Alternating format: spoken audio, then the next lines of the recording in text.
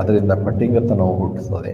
ಆದರೆ ಪವಿತ್ರಾತ್ಮನಿಂದ ತುಂಬಿದವರಾಗಿರಲಿ ಅಂತ ಹೇಳಿ ನಾವು ಕಳೆದ ವಾರದಲ್ಲಿ ಮದ್ಯಪಾನ ಮಾಡುವುದರ ಬಗ್ಗೆ ಮತ್ತು ಹಾಗೆ ಅದರ ನಿಯಂತ್ರಣದಲ್ಲಿ ವರ್ತಿಸುವುದು ಮತ್ತು ಪೌಲನು ಹೇಳಿದಂತೆ ಅಂದಿನ ಕಾಲದಲ್ಲಿ ಯಾವಾಗಲೂ ಅನೇಕ ಕಡೆ ಬೈಬಲಲ್ಲಿ ಮದ್ಯಪಾನದ ಬಗ್ಗೆ ಹೇಳಿರುವಂಥದ್ದು.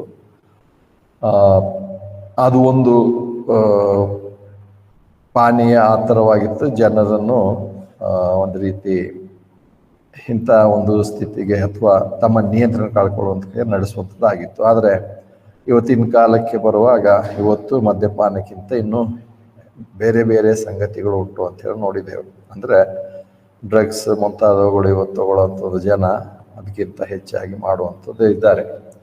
ಹೇಗೂ ನಾವು ಅದರಲ್ಲಿ ನಾವು ನೋಡಿದ ಹಾಗೆ ಅದರ ಜೊತೆಯಲ್ಲಿ ಬೈಬಲ್ನಲ್ಲಿ ಒಂದು ರೀತಿಯ ಏನಂತಾರೆ ಮದ್ಯಪಾನ ಅಂತ ಹೇಳೋದಕ್ಕಿಂತ ಅಲ್ಲಿ ಏನಂತಾರೆ ದ್ರಾಕ್ಷಾರಸ ಅಥವಾ ವೈನ್, ಇಂಗ್ಲೀಷ್ನಲ್ಲಿ ವೈನ್ ಅಂತ ತಕ್ಷಣ ಮತ್ತು ಕನ್ನಡದಲ್ಲಿ ದ್ರಾಕ್ಷಾರಸ. ದ್ರಾಕ್ಷಾರಸ ಅಂತ ತಕ್ಷಣ ದ್ರಾಕ್ಷಾರಸ ಅಷ್ಟೇ, ಅದರಲ್ಲಿ ಆಲ್ಕೋಹಾಲ್ ಇರಲಿಲ್ಲ ಹಾಗೆ ಅಂತೇಳಿ ಕೆಲವರು ಹೇಳುವಂಥದ್ದು ನೋಡ್ತೇವೆ. ಹೇಗೂ ಹಾಗೆ ಹೇಳಿರುವಂಥದ್ದು ಅಷ್ಟು ಸಮಂಜಸವಾಗಿ ಕಾಣಲ್ಲ.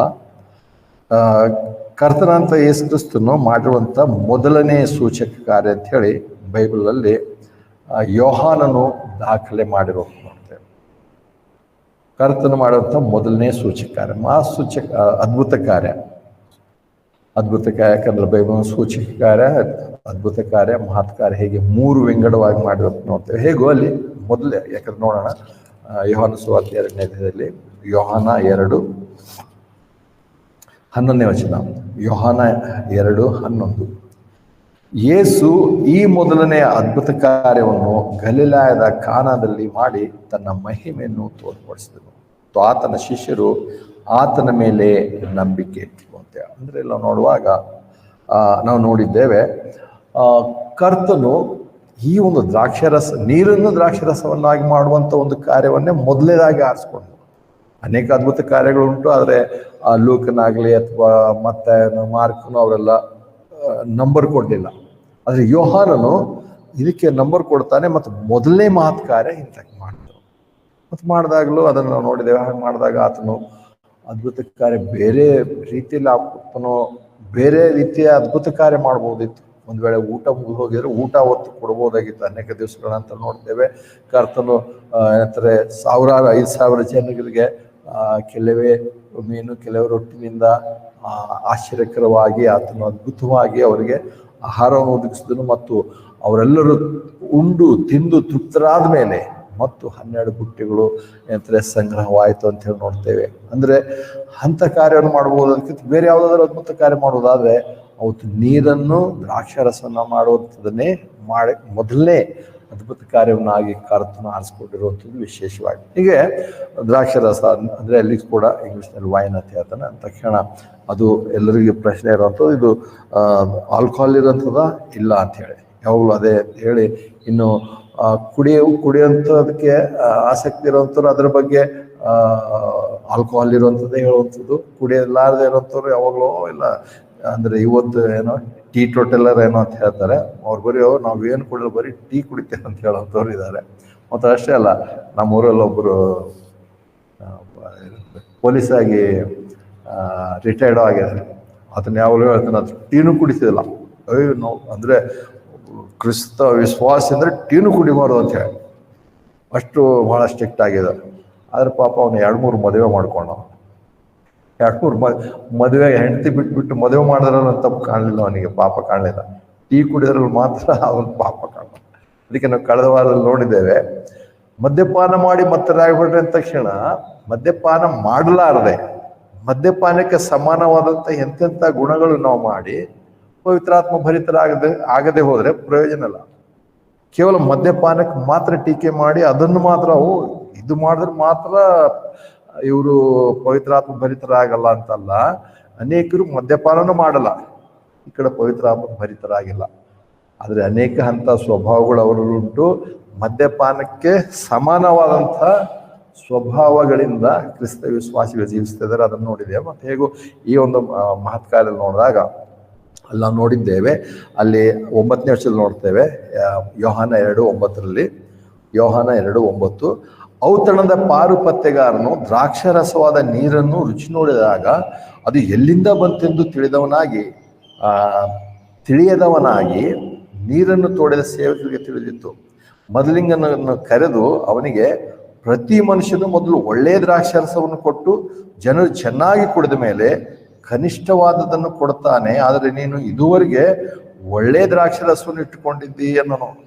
ಈ ಮಾತಿನಲ್ಲಿ, ಆತನ ಹೇಳುವಂಥ ಮಾತಿನಲ್ಲಿ ಅದು ಆಲ್ಕೋಹಾಲ್ ಇತ್ತೋ ಅಥವಾ ಇಲ್ಲೋ ಅದೇ ಅರ್ಥ ಆಗುತ್ತೆ. ಅಲ್ಲೇನು ಮತ್ತು ನಾವು ಹೆಚ್ಚಿಗೆ ಹೇಳ್ಬೇಕು. ಅಲ್ಲ ಆದ್ಮೇಲೆ ಎಲ್ಲರೂ ಚೆನ್ನಾಗಿ ಕುಡಿದ್ರೆ ಅವ್ರಿಗೆ ಪ್ರಜ್ಞೆ ಹೋಗುತ್ತೆ, ಅವಾಗ ಯಾವ್ದು ಕೊಟ್ಟರು ಕುಡಿತಾರೆ. ಆದ್ರೆ ನೀನು ನೋಡಿದ್ರೆ ಇನ್ನು ಕೊನೆಯವ್ರಿಗೂ ಅದೇ ಕೊಡ್ತಿದೆ ಅಂದರೆ ಅದು ಒಂದು. ಎರಡನೇದಾಗಿ ಅಲ್ಲಿ ಕರ್ತನಾದ ಯೇಸು ಕ್ರಿಸ್ತನ ಯಾವುದೋ ಒಂದು ಬಿಲೀವರ್ಸ್ ಮದುವೆಗೆ ಹೋಗಿರಲಿಲ್ಲ. ಇವರೆಲ್ಲ ಏನೋ ಆಲ್ಕೋಹಾಲ್ ಕುಡಿಯಲ್ಲ, ಅದಕ್ಕೋಸ್ಕರ ಇಲ್ಲಿ ಆಲ್ಕೋಹಾಲ್ ಇಲ್ಲದೆ ಜ್ಯೂಸೇ ಮಾಡೋಣ ಅಂತ ಹೇಳಿ ಮಾಡಲಿಲ್ಲ. ಸಾಮಾನ್ಯವಾದ ಮದುವೆಗೆ ಹೋದ ಅವತ್ತಿನ ಪರಿಸ್ಥಿತಿಯ ಪ್ರಕಾರ, ಅವತ್ತಿನ ನಿಯಮದ ಪ್ರಕಾರ, ಮತ್ತು ಇವತ್ತು ನೋಡ್ತೇವೆ ಜನಸಾಮಾನ್ಯರ ಮದುವೆ ಹೋಗಿ ಅವ್ರೇನು ಸ್ವೀಕರಿಸ್ತಾರೋ, ಅವ್ರೇನು ಆಹಾರ ಮಾಡ್ತಾರೋ ಅದನ್ನೇ ಕೊಡ್ಬೇಕು ಹೊರತು, ಇಲ್ಲ ನಾನು ಇವತ್ತು ಸ್ಪೆಷಲ್ ದ್ರಾಕ್ಷಾರಸ ಮಾಡ್ತೀನಿ. ಆ ಜನರು, ಸಾಮಾನ್ಯವಾದಂಥ ಜನರು ಏನನ್ನು ಸೇವಿಸುವಂಥ ಒಂದು ಸಂಪ್ರದಾಯತ್ತೋ ವಾಡಿಕೆಯತ್ತೋ ರೂಢಿ ಇತ್ತೋ ಅದನ್ನೇ ಆತನ ಮಾಡಿರ್ಬೋದು ಹೊರತು ಅದಕ್ಕೆ ಇವತ್ತು ನಾವು ಅದಕ್ಕೆ ಬೇಡ ಹಾಗೆ ಅಂತ ಹೇಳುವಂಥದ್ದಲ್ಲ. ಕರ್ತನ ಮಾಡಿರುವಂಥದ್ದು. ಅದಕ್ಕೆ ಅಲ್ಲಿ ಹೇಳ್ತಾನೆ, ಪಾರುಪತ್ಯಗಾರ ಕರೆದು ಹೇಳುವಂಥದ್ದು, ಎಲ್ಲರೂ ಚೆನ್ನಾಗಿ ಕುಡಿದ ಮೇಲೆ ಅವ್ರಿಗೆ ಪ್ರಜ್ಞೆ ಯಾವ್ದು ಕೊಟ್ಟರು ಕುಡಿತಾರೆ. ನೀನು ನೋಡಿದ್ರೆ ಕೊನೆಯವ್ರಿಗೂ ಕುಡಿತದೆ ಅಂದರೆ ಮಾಡಿರುವಂಥದ್ದು ಅದೇ ಅಂತ ಇಲ್ಲಿ ನಮಗೆ ಸ್ಪಷ್ಟವಾಗುತ್ತೆ. ಇನ್ನು ಬೇಕಾದ್ರೆ ನಂಬಬಹುದು, ಬೇಕಾದ್ರೆ ಬಿಡ್ಬೋದು. ಆದರೆ ಕರ್ತನ ಹೀಗೆ ಹಾಗಂತ ಬೈಬಲಲ್ಲಿ ಕೆಲವು ಕಡೆ ಅದನ್ನು ಏನಂತಾರೆ ಸರಿಯಾದಂತೂ ಆದದ್ದು ಅಂತ ಕೂಡ ಹೇಳಿದೆ, ಅದು ತಪ್ಪು ಅಂತ ಕೂಡ ಹೇಳಿರ್ತದೆ. ಅದರಲ್ಲಿ ಯಾವುದೇ ಒಂದು ಭಾಗ ನಾವು ತಗೋಬೇಕಾಗಿಲ್ಲ. ಆದರೆ ಪ್ರಾಮುಖ್ಯವಾಗಿ ನೋಡೋ ಪ್ರಕಾರ ನಾವು Efes 5:15 ನೋಡುವಾಗ, ಮದ್ಯಪಾನ ಮಾಡಿ ಮತ್ತರಾಗಬೇಡ್ರಿ, ಅದರಿಂದ ಪಟಿಂಗತ ನೋಡ್ತದೆ, ಆದರೆ ಪವಿತ್ರಾತ್ಮ ಭರಿತರಾಗಿರ್ರಿ. ಇಲ್ಲಿ ಮದ್ಯಪಾನ ಮಾಡೋದಕ್ಕಿಂತ ಹೆಚ್ಚಾಗಿ ಪವಿತ್ರಾತ್ಮ ಭರಿತರಾಗೋದು ಮುಖ್ಯವಾದಂಥ ಕಾರಣ ಅಂತ ಹೇಳ್ತಾನೆ. ಮದ್ಯಪಾನ ಮಾಡಬೇಡ್ರಿ, ಆದರೆ ಪವಿತ್ರಾತ್ಮ ಭರಿತರಾಗಲಿದ್ರು ಪರವಾಗಿಲ್ಲ ಹೇಳಿಲ್ಲ. ಮದ್ಯಪಾನ ಮಾಡೋದು ಬಿಡೋದು ಅದು ಬೇರೆ ವಿಷಯ. ಆದರೆ ಪವಿತ್ರಾತ್ಮ ಭರಿತನಾಗಿರುವುದು ಕ್ರಿಸ್ತ ವಿಶ್ವಾಸಿಗೆ ಅವಶ್ಯಕವಾಗಿರುತ್ತೆ. ಅದನ್ನೇ 1-3 ಅಧ್ಯಾಯಗಳಲ್ಲಿ ಕ್ರಿಸ್ತನಲ್ಲಿ ನಾವು ಏನಾಗಿದ್ದೇವೆ, ಏನನ್ನು ಹೊಂದಿದ್ದೇವೆ, ನಮ್ಮ ಸ್ಥಾನಮಾನ ಏನಾಗಿದೆ ಅಂತ ಹೇಳಿದಾಗ ಅದನ್ನು ಈ ಲೋಕದಲ್ಲಿ ನಾವು ಜೀವಿಸಬೇಕಾದ್ರೆ ಪವಿತ್ರಾತ್ಮನಿಂದ ಹೊರತು ನಮಗೆ ಅದು ಸಾಧ್ಯವಿಲ್ಲ ಅನ್ನುವಂಥದ್ದು ಇಲ್ಲಿ ದೇವರಾತ್ಮ ನಮಗೆ ತಿಳಿಸ್ತಿರುವಂಥದ್ದು. ಅದಕ್ಕೋಸ್ಕರ ದೇವರಾತ್ಮನಿಂದ ನಾವು ನಡೆಯುವಂಥದ್ದು ಅಷ್ಟೇ ಅಲ್ಲ, ಆತ್ಮ ಹೇಳ್ತಾನೆ, ದೇವರಾತ್ಮನಿಂದ ತುಂಬಿಸಲ್ಪಟ್ಟವರಾಗಿ ಪವಿತ್ರಾತ್ಮ ಭರಿತರಾಗಿ ನೀವು ಜೀವಿಸಿರಿ ಅಂತ ಹೇಳಿ ಹೇಳ್ತಾರೆ. ಹಾಗಿರುವಾಗ ಇಂದಿಗೆ ನಾವು ಬರುವಾಗ ಪವಿತ್ರಾತ್ಮ ಭರಿತರಾಗಿದ್ದೇವೆ ಅನ್ನುವಂಥದ್ದು ಗೊತ್ತಾಗುವಂಥದ್ದು ಹೇಗೆ? ಒಂದು 3-4 ಕಾರಣಗಳು ನೋಡ್ತೇವೆ. ಆದರೆ ಇವತ್ತು ಒಂದೇ ಕಾರಣ ನೋಡ್ತೇವೆ, ಯಾಕಂದ್ರೆ ಇವತ್ತು ನಾವು ಕರ್ತನ ಮೇಲೆ ಪಾಲ್ಗೊಳ್ಳಿಕ್ಕಿರುವಾಗ ಸಮಯ ಸಾಕಾಗಲ್ಲ. ಮೊದಲನೇ ಒಂದೇ ಭಾಗ ನೋಡ್ತೇವೆ. 17ನೇ ವಚನದಲ್ಲಿ, Efes 5ನೇ ಅಧ್ಯಾಯ 17ನೇ ವಚನದಲ್ಲಿ ಪವಿತ್ರಾತ್ಮ ಭರಿತರಾಗಿದ್ದೇವೆ ಅನ್ನೋದಕ್ಕೆ ಏನು ಕಾರಣ ಅಥವಾ ಹೇಗೆ ಗೊತ್ತಾಗ್ತದೆ? 17ನೇ ವಚನ ಹೇಳ್ತಾನೆ, ಮತ್ತು ಬುದ್ಧಿಹೀನರಾಗಿ ನಡೆದೆ ಕರ್ತರ ಚಿತ್ತವೇನೆಂಬುದನ್ನು ವಿಚಾರಿಸಿ ತಿಳಿದವರಾಗಿದ್ದಾರೆ. ಪವಿತ್ರಾತ್ಮ ಭರಿತರಾಗಿರುವಂಥವ್ರು ಬುದ್ಧಿಹೀನರಾಗಿ ನಡ್ಕೊಳ್ಳಲ್ಲ. ಬುದ್ಧಿಹೀನರಾಗಿ ನಡ್ಕೊಳ್ಳೋದೇ ಇರುವಂಥದ್ದು ಏನಂದ್ರೆ ಪವಿತ್ರಾತ್ಮ ಭರಿತರಾಗಿರುವಂಥದ್ದು ಅಂತೇಳಿ. ಪವಿತ್ರಾತ್ಮ ಭರಿತರಾಗಿ ನಾವು ಜೀವಿಸ್ತಿದ್ದೇವೆ ಅಂದರೆ ನಾವು ಬುದ್ಧಿವಂತರಾಗಿ ನಡೀತಿದ್ದೇವೆ. ಬುದ್ಧಿವಂತರು ಅಂದ ತಕ್ಷಣ ನಮಗೇನು ಬರುತ್ತೆ? ಹೇಗೆ ನಾವು ಒಂದು ರೀತಿ ಚಾಣಾಕ್ಷತನ ತೋರಿಸ್ಬೇಕು, ಲೋಕದಲ್ಲಿ ಜ್ಞಾನಿಗಳಾಗಿರ್ಬೇಕು, ಇದನ್ನೇ ನಮಗೆ ನೆನಪಿಗೆ ಬರುತ್ತೆ. ನಮಗೆಲ್ಲ ಅದೇ ಯೋಚನೆ ಬರುವಂಥದ್ದು. ನಾವೇನಾದ್ರು ಯಾರಾದರೂ ಏನಾದರೂ ಶಾರ್ಟ್ಕಟ್ನಿಂದ ಅಥವಾ ತಪ್ಪಾದ ದಾರಿಯಿಂದ ಏನಾದರೂ ಪಡ್ಕೊಂಡಾಗ, ಏನಾದರೂ ಸಾಧನೆ ಮಾಡಿದಾಗ ನಾವು ಅವರನ್ನು ತಕ್ಷಣದಲ್ಲಿ ಹೊಗಳ್ತೇವೆ, ಅವು ಬುದ್ಧಿವಂತ ನೀವು. ಎಲ್ಲರೂ ಕ್ಯೂನಲ್ಲಿ ನಿಂತ್ಕೊಂಡಿದ್ರು, ಅವ್ನು ನೀವು ನೋಡು ಕ್ಯೂನಲ್ಲಿ ಹೋಗ್ಲಾರ್ದೆ ಕೆಲಸ ಮಾಡೋ ಭಾಳ ಬುದ್ಧಿವಂತ. ಇದು ನಮಗೆ ಫಸ್ಟಾಗಿ ನಮ್ಗೆ ಬುದ್ಧಿವಂತ ಅಂದರೆ ತಪ್ಪು ಮಾರ್ಗ ಮಾಡುವಂಥವರೇ ಬುದ್ಧಿವಂತರು ನಮಗೆ. ಇಲ್ಲಿ ಪವಿತ್ರಾತ್ಮ ಭರಿತರಾಗಿದ್ದೇವೆ ಅಂತ ಹೇಳುವಾಗ ನಾವು ತಪ್ಪು ಮಾಡ್ಕೊಂಡು ನಾವು ಬುದ್ಧಿವಂತರಾಗಿದ್ದೇವೆ ಅಂತ ಹೇಳುವಂಥದ್ದು ಇಲ್ಲಿ ಆಜ್ಞೆ ಅಂತಲ್ಲ. ಲೂಕ 16:18 ಹೇಳಿರುವಂಥ ವಚನ ಉಂಟು. ಲೂಕ 16:18, ಲೂಕ 16:18 ವಚನ. ಲೂಕ 16:18 ವಚನ.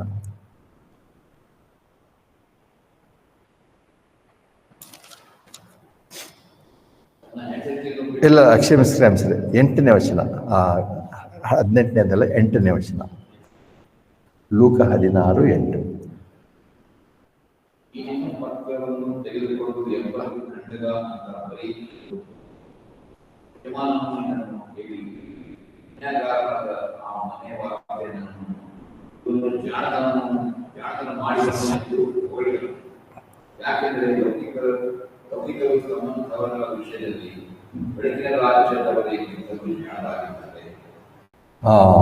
ಇಲ್ಲ ನೋಡ್ತೇವೆ. ಯಾಕಂದರೆ ಈ ಲೋಕದ ಮಕ್ಕಳು ತಮ್ಮ ಸಂತತಿಯವರಲ್ಲಿ ಬೆಳಕಿನ ಮಕ್ಕಳಿಗಿಂತ ಜಾಣರಾಗಿದ್ದಾರೆ. ಸೊ ಲೋಕದವರು ಜಾಣರಾಗಿದ್ದಾರೆ, ಜ್ಞಾನಿಗಳಾಗಿದ್ದಾರೆ. ನಾವು ಅವ್ರ ಜೊತೆ ಹೋಲಿಕೆಯನ್ನು ಮಾಡಬೇಕಾಗಿಲ್ಲ, ಅವ್ರ ಜೊತೆ ಕಾಂಪಿಟೇಷನ್ ಮಾಡಬೇಕಾಗಿಲ್ಲ. ಯಾಕಂದರೆ ಇದರಲ್ಲಿ ನಾವು ಸೋತು ಹೋಗಿದ್ದೆ, ಇದರಲ್ಲಿ ಬುದ್ಧಿ ಇಲ್ಲ, ಅದಕ್ಕೆ ನಾವು ಅನೇಕ ಸಾರಿ ಹೇಳ್ತೇವೆ ಇಲ್ಲ ನಾವು ಹಾಗೆ ಮಾಡಬೇಕಾಗಿತ್ತು.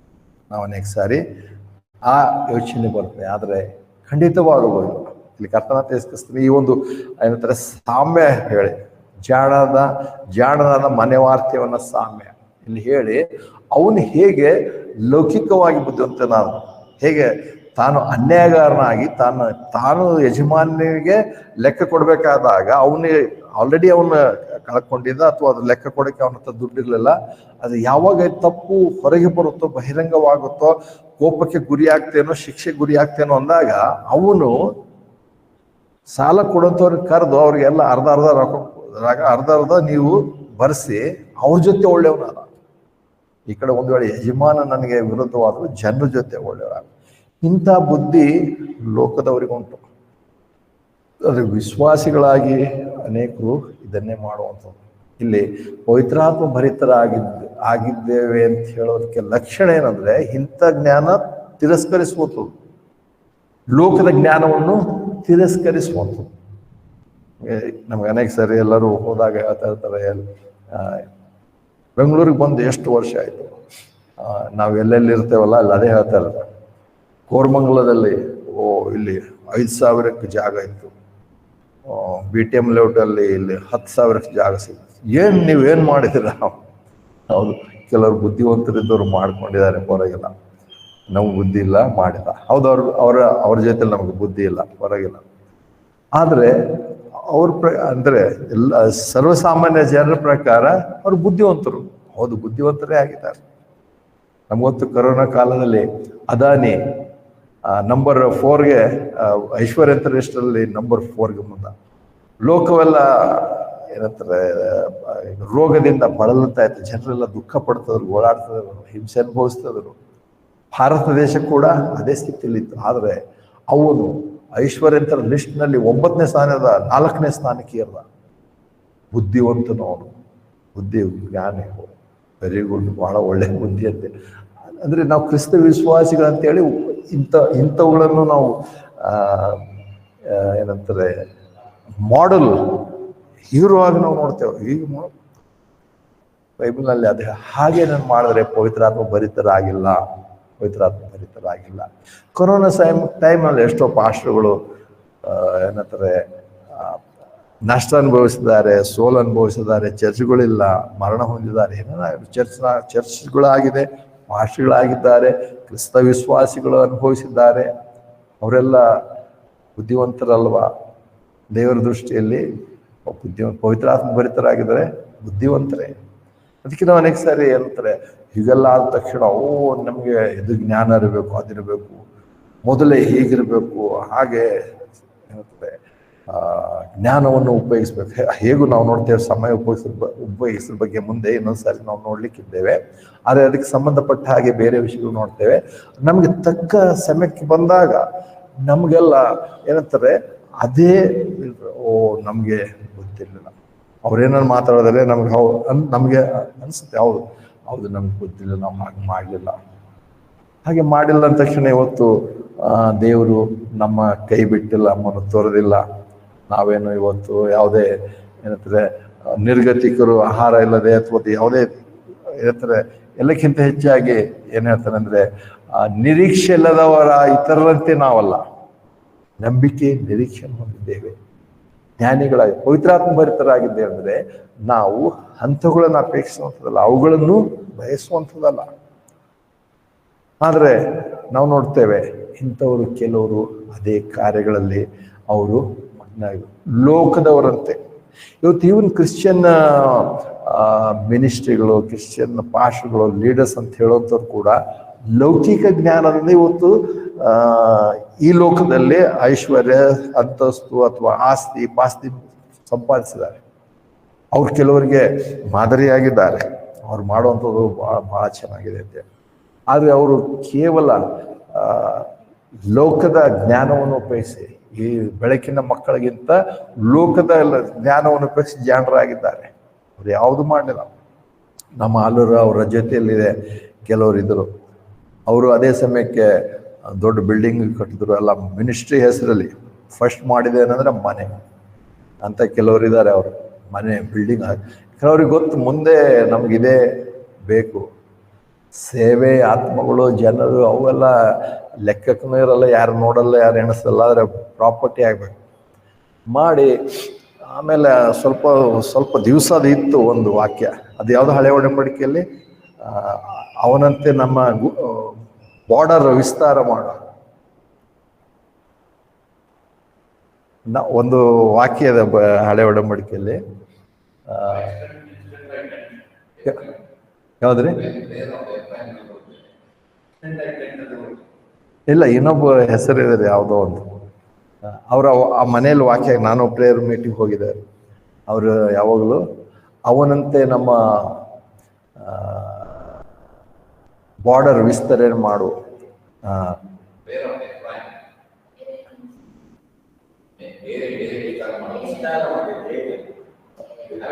ಇಲ್ಲ, ಇನ್ನೊಬ್ಬನ ಹೆಸರಿದೆ ರೀ. ಅವನ ಹೆಸರೇ ಫೇಮಸ್ ಇದೆ, ಏನೋ ಮರ್ತೋಗಿದೆ. ಒಟ್ಟಿನಲ್ಲಿ ಅವನಿದೆ. ಅವನು ಹಾಕೊಳ್ತಿದ್ರು. ಅವ್ರು ಹೇಳ್ತಾರೆ, ನಾನು ದೇವರಿಗೆ ಪ್ರಾರ್ಥನೆ ಮಾಡಿದೆ, ನನ್ನ ರಾಜ್ಯ ಅಥವಾ ನನ್ನ ಒಂದು ಬಾರ್ಡರ್ ಅಂತ ಹೇಳಿ ಅದು ಹಾಕಿ ಹೇಳ್ದೆ, ನನಗೆ ಏನೊಂದು ಆಸ್ತಿ ಇದೆಯೋ ಆಸ್ತಿಯನ್ನು ವಿಸ್ತರಣೆ ಮಾಡು ಅಂತ ಹೇಳಿ. ಹೇಗೂ ಡೇರೆ ಹೇಳುತ್ತೋ ಅದಕ್ಕೆ ಸಂಬಂಧ ಇದೆ. ಆದರೆ ಒಬ್ಬನ ವ್ಯಕ್ತಿ ಹೆಸರೇ ಇದೆ. ಅದು ಹಾಕೊಂಡು ಅವರು ಆ ಸ್ವಲ್ಪ ಸಮಯದಲ್ಲಿ ಎಷ್ಟು ಅದರಿಂದ ಅವರು ಸ್ಫೂರ್ತಿಗೊಂಡಿದ್ರು. ಎಲ್ಲೋದ್ರು ಆ ವಾಕ್ಯ ಹೇಳ್ತಾರೆ, ಬ್ರದರ್ ನಾನು ಪ್ರೇಯರ್ ಮಾಡಿದೆ, ದೇವರು ನನಗೆ ಇಷ್ಟು ವಿಸ್ತರಣೆ ಮಾಡಿದ್ದಾನೆ, ಬಿಲ್ಡಿಂಗ್ ಇಷ್ಟು ದೊಡ್ಡ ಕೊಟ್ಟಿದ್ದಾನೆ ಅಂತ ಹೇಳ್ತಾರೆ. ಅದು ನಿಜವಾಗ್ಲೂ ನೋಡಿದ್ರೆ ದೇವ್ರ ವಾಕ್ಯ ನಿಜವಾಗ್ಲೂ ಹಳೆ ಒಡಂಬಡಿಕೆ ಆ ವ್ಯಕ್ತಿಯೇ ಆಗಲಿ ಅಥವಾ ಇಸ್ರೇಲರೇ ಆಗಲಿ, ವಾಕ್ಯವನ್ನು ಅಕ್ಷರಾಂಶವಾಗಿ ಲಿಟ್ರಲ್ ಆಗಿ ನಾವು ಅದನ್ನು ಅರ್ಥ ಮಾಡಬೇಕಾದ್ರೆ ಅಥವಾ ಇಂಟರ್ಪ್ರಿಟೇಷನ್ ನೋಡಿದ್ರೆ ಅಲ್ಲಿ ಆ ರೀತಿಯಾಗಿ ಇಲ್ವೇ ಅಲ್ಲ. ದೇವರು ಇಸ್ರೇಲರಿಗೆ ಅಬ್ರಹಾಮನಿಗೆ ಏನು ಹೇಳಿದನೋ, ಉತ್ತರ ದಕ್ಷಿಣ ಪೂರ್ವ ಪಶ್ಚಿಮ ಒಂದು ಬಾರ್ಡರ್ ಕೊಟ್ಟಿದ್ರು. ನಾನು ನಿನಗೆ ಇಲ್ಲಿ ಉತ್ತರದಿಂದ ದಕ್ಷಿಣಕ್ಕೆ, ಪೂರ್ವದಿಂದ ಪಶ್ಚಿಮಕ್ಕೆ ಇಷ್ಟು ನಾನು ಕೊಡ್ತೇನೆ ಅಂತ ಹೇಳ್ದ. ಕೊಟ್ಟ ಮೇಲೆ ಯಾವ ಅರಸನಾಗಲಿ, ದಾವೀದನಾಗಲಿ, ಸಲ್ಮೋನನಾಗಲಿ ಅವ್ರಿವ್ರು ಬಂದು ಅದಕ್ಕೆ ವಿಸ್ತರಣೆ ಮಾಡಲಿಲ್ಲ. ವಿಸ್ತರಣೆ ಮಾಡಿರೋಂಥವ್ರು ಯಾರು? ಬೇರೆ ಬೇರೆಯವ್ರು ಮಾಡಿದ್ರು.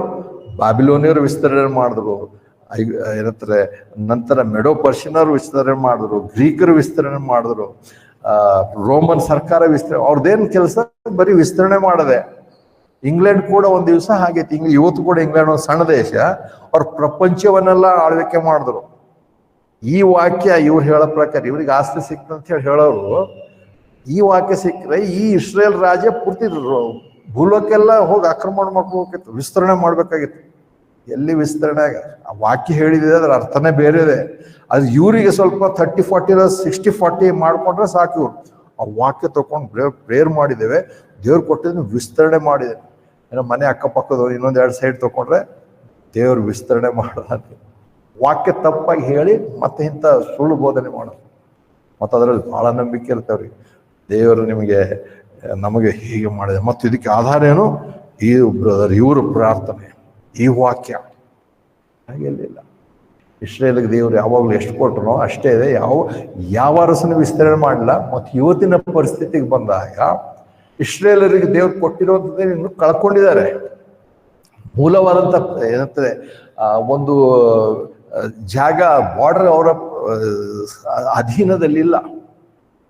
ಹಾಗಂತ ಹೇಳಿ ಆ ವಾಕ್ಯ ಅಲ್ಲ. ಅಂದ್ರೆ ನೋಡ್ತೇನೆ ಈಗ ಸಾರಿ ಅನ್ಯರು ಲೋಕ 16:8 ಪ್ರಕಾರ ಈ ಲೋಕದ ಮಕ್ಕಳು ಬೆಳಕಿನ ಮಕ್ಕಳಿಗೆ ಜಾಡರಾಗಿದ್ದಾರೆ. ಅದಕ್ಕೆ ನಾವೇನು ಅನೇಕ ಸಾರಿ ವ್ಯಸನ ಒಳಗಾಗಬೇಕಾಗಿಲ್ಲ. ಲೋಕದವರು ಜಾಡ್ರೆ ಆಗಿದ್ದಾರೆ. ನಾವು ಅನೇಕ ಸಾರಿ ನಮಗೆ ಫೇಲು ಅಥವಾ ಏನಂತಾರೆ ಬಲಹೀನತೆ ಅಥವಾ ಒಂದ್ಸಾರಿ ಏನಂತಾರೆ ಸೋತು ಹೋಗುವಿಕೆ, ನಷ್ಟ ಇವೆಲ್ಲ ಕಾಣ್ತಿರ್ತೇವೆ. ಪರವಾಗಿಲ್ಲ, ನಾವು ಲೋಕದವರಿಗೆ ನಾವು ಜಾಣರಿಲ್ಲ. ದೇವರೇ ನಿನ್ನ ಜ್ಞಾನದಲ್ಲಿ ನಮ್ಮನ್ನು ನಡೆಸಿದೆ ಪ್ರಾರ್ಥನೆಗಳು. ಆದರೆ ಕ್ರಿಸ್ತ ವಿಶ್ವಾಸಿಗಳಂತ ಹೇಳುವಾಗ ಅವರು ಕೂಡ ಏನಂತಾರೆ ಇಂಥದ್ದೇ ಕಾರ್ಯ ಮಾಡ್ತಾರೆ. ಇವೆಲ್ಲ ಮಾಡುವಾಗ ನೋಡ್ತೇವೆ ಪವಿತ್ರಾತ್ಮ ಭರಿತರಾಗಿಲ್ಲ. ಮತ್ತು ಪವಿತ್ರಾತ್ಮ ಭರಿತರಾಗಿಲ್ಲ ಅಷ್ಟೇ ಅಲ್ಲ, ನಿಜವಾಗ್ಲೂ ಇವರು ಯಾವುದನ್ನು ಹಿಂಬಾಲಿಸಿ ಹೋಗ್ತಾ ಇದ್ದಾರೆ. ಯಾವುದನ್ನು ಹಿಂಬಾಲಿಸಿ ಅವರು ಈ ಲೋಕದಲ್ಲಿ ಜೀವಿಸ್ತಾ ಇದ್ದಾರೆ.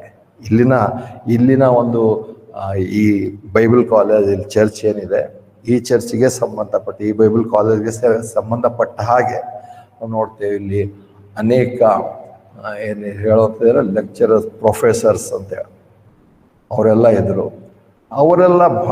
ಅವರು ಲೋಕದವರಂತೆ ಜಾಣರಾಗಿ ಬುದ್ಧಿವಂತಿ ಉಪಯೋಗಿಸಿ ಇಲ್ಲೇ ಇದ್ದುಕೊಂಡು ಒಂದೊಂದು ವಾಕ್ಯ ಹುಡುಕಿ ಈ ವಾಕ್ಯದ ಪ್ರಕಾರ ಇದು ಸರಿಯಲ್ಲ ಅದು ಸರಿಯಲ್ಲ ಅಂತ ಹೇಳಿ ಹೋಗಿ ಅವರವರು ಇವತ್ತು ಸ್ವಂತ ಬೈಬಲ್ ಕಾಲೇಜ್ಗಳು ಕಟ್ಕೊಂಡು ಅವರು ಒಂದು ರೀತಿ ಲೌಕಿಕವಾಗಿ ನೋಡಿದ್ರೆ ಇವ್ರಿಗಿಂತ ಚೆನ್ನಾಗಿ ಅಭಿವೃದ್ಧಿಯಾಗಿ ಜೀವಿಸ್ತಾ ಇದ್ದಾರೆ. ಅವ್ರಿಗೆ ಏನಾದ್ರು ಕಂಪೇರ್ ಮಾಡಿದ್ರೆ ಅವ್ರಿಗೆ ಕೇಳಿದ್ರೆ ಹೇಳ್ತಾರೆ, ಅವ್ರು ಹೇಳ್ತಾರೆ ದೇವ್ರು ನಮಗೆ ವಿಸ್ತರಣೆ ಮಾಡೋದ, ದೇವ್ರು ಜ್ಞಾನ ಕೊಟ್ಟ, ಸರಿಯಾಗಿ ಬುದ್ಧಿ ಹೇಳ್ದ, ದೇವರೆಂದು ಆ ರೀತಿಯಾಗಿ ನಡೆಸೋತ್ತವನಲ್ಲ. ಇಲ್ಲಿ ಬಂದು ಹೋಗಿರೋಂಥವ್ರೇ ನೋಡ್ತೇವೆ. ಇಲ್ಲಿ ಕೆಲಸಕ್ಕೆ ಬಂದು ಇಲ್ಲಿ ದುಡ್ದು ಇವ್ರ ಮೂಲಕ ಏನಂತಾರೆ ಫಾರಿನ್ಗೆ ಹೋದ್ರು ಎಲ್ಲ ಮಾಡು ಬರ್ತಾ ಅಲ್ಲಿಂದ ಫಾರಿನ್ ಸಪೋರ್ಟ್ ತಗೊಂಡು ಬಂದಿದೆ. ಇವ್ರಿಗೆ ವಿರೋಧವಾಗಿ ಹೋಗಿ ಬೇರೆ ಕಡೆಗೆ ಬೈಬಲ್ ಕಾಲೇಜುಗಳು ಅವೆಲ್ಲ ಮಾಡ್ಕೊಂಡರು. ಹಾಗೆ ಮಾಡುವಂಥ ತಪ್ಪಂತಲ್ಲ, ಆದರೆ ಮಾಡಿರುವಂಥ ತಪ್ಪಿಗೆ ಸಾಧನೆ ಮಾಡಿ ಜಾಣರಾಗಿರುವಂಥದ್ದು ಬುದ್ಧಿವಂತ, ಅಂದರೆ ಲೋಕದವರಂತೆಯೇ ಬುದ್ಧಿವಂತಿಕೆ ಉಪಯೋಗಿಸ್ತಾರೆ ಅವರು. ಹೇಗೆ ನಾವು ಬಂದಿದಾಗ ನೋಡಿದೆಲ್ಲ ಲೋಕದಲ್ಲಿ ಅನೇಕರು ಬಂದಾಗ ಜ್ಞಾನಿಗಳು ಉಪಯೋಗಿಸಿದ್ರು, ಅವರು ಉಪಯೋಗಿಸಿದ್ದಾರೆ. ಏರ್ಪೋರ್ಟ್ ರೋಡಲ್ಲಿ ನಾವು ನೋಡ್ತೇವೆ, ದೇವನಹಳ್ಳಿ ಏರ್ಪೋರ್ಟ್ ರೋಡಲ್ಲಿ ಅಂತ ಏನಂತಾರೆ ಅವ್ರು ಹೇಳ್ತಾರಲ್ಲ, ಚಡ್ಡಿಯಲ್ಲಿ ಓಡಾಡೋರು ಇವತ್ತು ಏನಂತಾರೆ ಕಾಸ್ಟ್ಲಿ ಕಾರ್ಗಳಲ್ಲಿ ಓಡಾಡ್ತಾರೆ. ಅವ್ರಿಗೆ ಇದ್ದಕ್ಕಿದ್ದ ಹಾಗೆ ಆಸ್ತಿ ಬಂತು. ಯಾಕಂದರೆ ಏನಂತಾರೆ ಏರ್ಪೋರ್ಟ್ ಬರುತ್ತೆ ಅಂದ ತಕ್ಷಣ ಅನೇಕರು ಬುದ್ಧಿವಂತರಾದರು ಮಾರ್ಕೊಳ್ಳುವಾಗ ಅನೇಕ ಬುದ್ಧಿವಂತರು ಇರೋರು ಮುಂದೆ ಇದಕ್ಕೆ ಬೆಲೆ ಬರುತ್ತೆ ಅಂತೇಳಿ ಕೊಂಡ್ಕೊಂಡಿರುವಂಥವ್ರು ಕೂಡ ಇವತ್ತು ಐಶ್ವರ್ಯವಂತರಾಗಿದ್ದಾರೆ. ಹಾಗೇನೆ ಎಷ್ಟು ವಿಶ್ವಾಸಿಗಳು ಹಾಗೆ ಮಾಡಿದ್ರು ಗೊತ್ತಿಲ್ಲ. ಮತ್ತು ಹಾಗೆ ಮಾಡ್ಬೇಕಂತೇನಿಲ್ಲ, ಹಾಗೆ ಮಾಡುವಂಥದ್ದೇ ಜಾಣತನದ ಲಕ್ಷಣವಂತೇನಿಲ್ಲ.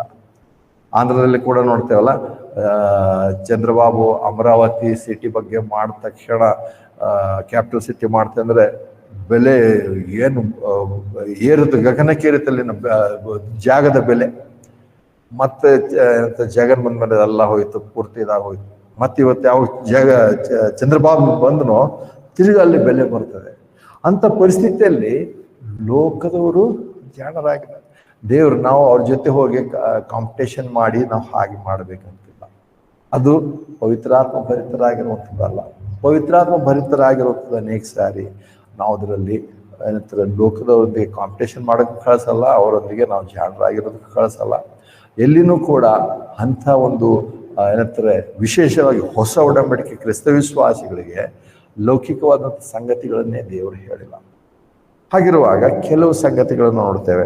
ಅಂದರೆ ಅದಕ್ಕೆ ಸಂಬಂಧಪಟ್ಟ ಹಾಗೆ ಅಂದರೆ ಲೋಕದವರಿಗಿಂತ ಜಾಣರಾಗಿದ್ದಾರೆ, ಅದು ಒಂದು ಮೊದಲನೇದಾಗಿ. ಎರಡನೇದಾಗಿ ನೋಡುವ ಪ್ರಕಾರ ನೋಡ್ತೇವೆ ಜ್ಞಾನಹೀನರು ಯಾರು ಅಂತಾರೆ ನೋಡ್ತೇವೆ. ಜ್ಞಾನಹೀನಕ್ಕೆ ಬರುವಾಗ ನಮಗೆ ಮೊದಲನೇದಾಗಿ ಬೈಬಲ್ನಲ್ಲಿ ಹೇಳಿರುವಂಥ ಪುಸ್ತಕ, ಅದಕ್ಕೋಸ್ಕರ ನೇಮಿಸಲ್ಪಟ್ಟಂಥ ಪುಸ್ತಕ ನಮ್ಮ ನೆನಪಿಗೆ ಬರುತ್ತೆ. ಜ್ಞಾನೋಕ್ತಿಗಳು ಅಥವಾ ಸಾಮತಿಗಳು ಮೊದಲನೇ ಅಧ್ಯಾಯ. ಜ್ಞಾನೋಕ್ತಿಗಳು ಅಥವಾ ಸಾಮತಿಗಳು ಮೊದಲನೇ ಅಧ್ಯಾಯ, ಮೊದಲನೇ ವರ್ಷದಿಂದ ಓದ್ತೇನೆ. ಇಸ್ರೇಲರ ಅರಸನು ದಾವೀದನ ಮಗನೂ ಆದ ಸೊಲೊಮೋನನ ಸಾಮತಿಗಳು. ಜ್ಞಾನವನ್ನು, ಶಿಕ್ಷಣವನ್ನು ತಿಳಿದುಕೊಳ್ಳೋದಕ್ಕೂ, ವಿವೇಕದ ಮಾತುಗಳನ್ನು ಗ್ರಹಿಸುವುದಕ್ಕೂ, ಜ್ಞಾನದ, ನ್ಯಾಯದ, ತೀರ್ಪಿನ ಮತ್ತು ನೀತಿಯ ಬೋಧನೆಯನ್ನು ಹೊಂದುವುದಕ್ಕೂ, ಮೂಢರಿಗೆ ಜಾಣತನವನ್ನು, ಯೌವನಸ್ಥರಿಗೆ ತಿಳುವಳಿಕೆಯನ್ನು, ವಿವೇಕವನ್ನು ಕೊಡುವುಗಳಾಗಿವೆ. ಜ್ಞಾನಿಯು ಕೇಳಿ ಜ್ಞಾನವನ್ನು ಹೆಚ್ಚಿಸಿಕೊಳ್ಳೋದು, ತಿಳುವಳಿಕೆಯ ಮನುಷ್ಯನು ಜ್ಞಾನದ ಆಲೋಚನೆಯನ್ನು ಸಂಪಾದಿಸಿಕೊಳ್ಳೋದು, ಸಾಮರ್ಥ್ಯನು ಅದರ ಅರ್ಥವನ್ನು, ಜ್ಞಾನಿಗಳ ಮಾತನ್ನು ಅವರ ಗೂಢವಾದ ಮಾತನ್ನು ಗ್ರಹಿಸುವಂತೆ ಮಾಡುವುಗಳಾಗಿವೆ. ಕರ್ತನ ಭಯವೇ ಜ್ಞಾನಕ್ಕೆ ಮೂಲವಾಗಿದೆ, ಆದರೆ ಮೂರ್ಖರು ಜ್ಞಾನವನ್ನು, ಶಿಕ್ಷಣವನ್ನು ಅಸಡ್ಡೆ ಮಾಡುತ್ತಾರೆ ಅಂತೇಳಿ ನೋಡುವಾಗ, ನಾವೇನು ಕ್ರಿಸ್ತ ವಿಶ್ವಾಸಿಗಳಾಗಿ ನಮಗೆ ಜ್ಞಾನ ಬರಬೇಕಂದ್ರೆ ನಮಗೆ ಆಧಾರವಾಗಿರುವಂಥ ಪುಸ್ತಕ ಒಂದೇ ಅಂತಲ್ಲ, ದೇವರ ವಾಕ್ಯದಲ್ಲಿ ಅನೇಕ ಉಂಟು. ಆದರೆ ಇದೊಂದು ಅವೆಲ್ಲದರಲ್ಲಿ ಮೇಲಕ್ಕೆ ದೇವರು ತೋರಿಸಿದ್ದಾನೆ ಜ್ಞಾನ ಬಗ್ಗೆ, ಜ್ಞಾನೋಕ್ತಿ ಮತ್ತು ಸಾಮರ್ಥ್ಯಗಳು. ಇದು ನಮಗೆ ಆಧಾರ ಇದೆ. ಇದರ ಪ್ರಕಾರ ನಾವು ಜೀವಿಸಬೇಕಾಗಿದೆ. ಇದರಲ್ಲಿ ಹೇಳಿರುವಂಥ ವಾಕ್ಯಗಳನ್ನು ಅನುಸರಿಸಬೇಕಾಗಿದೆ. ಹಾಗಾದ ತಕ್ಷಣ ಅದರಲ್ಲಿರುವಂಥ ಎಲ್ಲ ವಿಷಯಗಳು ಇವತ್ತಿನ ಆತ್ಮೀಯ ಜೀವಿತಕ್ಕೆ ಏನಂತರಲ್ಲಿರುವಂಥ ಎಲ್ಲ ವಿಷಯಗಳು 100% ಎಲ್ಲನೂ ಆಗುತ್ತೆ. ಅದನ್ನು ನಾವು ತಿಳ್ಕೊಳ್ಳೋಂಥದ್ದು ಬೇಡ. ಯಾಕಂದರೆ ದೈಹಿಕವಾಗಿ, ಲೌಕಿಕವಾಗಿ ಕೆಲವು ಸಂಗತಿಗಳು ಹೇಳಿರುತ್ತದೆ. ಹೊಸ ಒಡಂಬಡಿಕೆ ಮತ್ತು ಅದರಲ್ಲಿ ವಿಶೇಷವಾಗಿ ಕೃಪೆಯ ಕಾಲದಲ್ಲಿ ಜೀವಿಸುವಂಥ ನಮಗೆ, ಪವಿತ್ರಾತ್ಮನ ಯುಗದಲ್ಲಿ ಜೀವಿಸುವಂಥ ನಮಗೆ ಅದಕ್ಕಿಂತ ಹೆಚ್ಚಿನ ಮತ್ತು ವಿಭಿನ್ನವಾದಂಥ ಸಂಗತಿಗಳು ಉಂಟು. ಆದರೂ ಇವತ್ತು ಸಂಕ್ಷಿಪ್ತವಾಗಿ ಕೆಲವು ವಿಷಯಗಳು ನೋಡುವಾಗ, ಜಾಣರನ್ನು ಈ ಪುಸ್ತಕ ಮಾಡುವಂಥದ್ರ ಬಗ್ಗೆ ಸಲಹೆಗಳು ಕೊಟ್ಟಿರುವಂಥದ್ದು. ಆದರೆ ಅದನ್ನು ತಿರಸ್ಕರಿಸುವಂಥರು ಅಜ್ಞಾನಿಗಳಾಗಿದ್ದಾರೆ. ಮೊದಲೇದಾಗಿ ಅದರಲ್ಲಿ ನೋಡುವಾಗ ಏನಂತಾರೆ, ದೇವರಿಲ್ಲ ಅನ್ನೋಂಥವರೇ ಅಜ್ಞಾನಿಗಳು. ಕೀರ್ತನೆ 14:1 ನೋಡ್ತೇವೆ. ಕೀರ್ತನೆಗಳು 14:1 ಅಧ್ಯಾಯ. ಕೀರ್ತನೆಗಳು 14:1. ದೇವರಿಲ್ಲವೆಂದು ಮೂರ್ಖನು ತನ್ನ ಹೃದಯದಲ್ಲಿ ಹೇಳಿಕೊಂಡಿದ್ದಾನೆ. ಅವರು ಕೆಟ್ಟು ಹೋಗಿ ಅಸಹವಾದ ಕೃತ್ಯಗಳನ್ನು ಮಾಡಿದ್ದಾರೆ. ಒಳ್ಳೆಯದನ್ನು ಮಾಡುವವನು ಯಾವನಿಲ್ಲ. ಪವಿತ್ರಾತ್ಮ ಭರಿತರಾಗಿರಲು ಯಾರಿಂದ ಸಾಧ್ಯ ಇಲ್ಲ ಅಂದರೆ, ಮೊದಲನೇದಾಗಿ ಅವರು ದೇವರಿಲ್ಲ ಅಂತ ಹೇಳಿ ನಂಬುವಂಥವ್ರು. ನಾವು ಕ್ರಿಸ್ತ ಅದಕ್ಕೆ ನಾವು ಕೊನೆ ಭಾಗಕ್ಕೆ ಮತ್ತೆ ಇದೇ ವಿಷಯಕ್ಕೆ ಮತ್ತೆ ಕೊನೆ ಭಾಗ ಬರ್ತೇವೆ. ನಾವು ಪವಿತ್ರಾತ್ಮ ಭರಿತರಾಗಬೇಕಾದ್ರೆ ಮೊದಲು ದೇವರಿದ್ದಾನೆ, ದೇವರನ್ನು ನಂಬ್ತೇವೆ. ಮತ್ತು ಅಷ್ಟೇ ಅಲ್ಲ, ದೇವರು ಅವರಿಗೆ ನಂಬುವಂಥವ್ರಿಗೆ, ಆತನಂತ ಬರುವಂಥವ್ರಿಗೆ ಏನಂತಾರೆ, ಪ್ರತಿಫಲವನ್ನು ನೀಡ್ತಾನೆ ಅಂತ ಹೇಳೋ ನಂಬಿಕೆ ಇರೋಂಥವ್ರೆ ನಾವು ನೋಡ್ತೇವೆ, ದೇವರ ಮಕ್ಕಳಾಗಿರುವಂಥ ನಾವು ನೋಡ್ತೇವೆ. ಇಲ್ಲದೆ ಹೋದರೆ ನಾವು ದೇವರಿಲ್ಲ ಅನ್ನುವಂಥ ರೀತಿಯಲ್ಲೇ ನಾವು ಜೀವಿಸುವಂಥವರಾಗಿದ್ದೇವೆ.